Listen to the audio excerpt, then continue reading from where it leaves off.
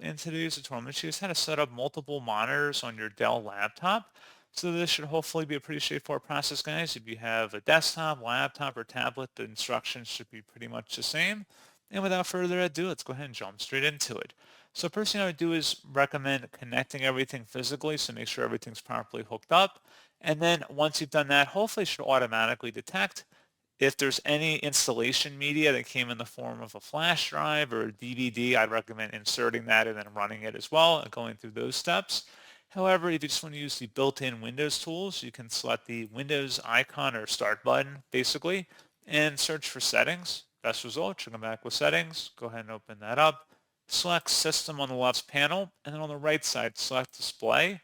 And then scrolling down, select where it says multiple displays, choose the presentation mode for your displays, click on that, select detect to hopefully detect or recognize the other monitor being connected. You can also change additional monitor preference settings here, and that's pretty much it.